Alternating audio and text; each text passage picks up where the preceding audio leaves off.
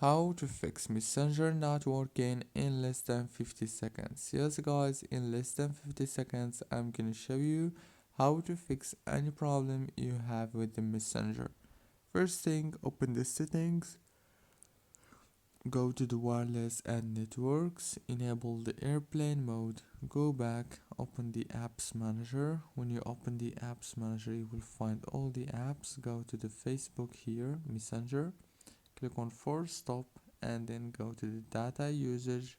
Make sure that all these options are enabled.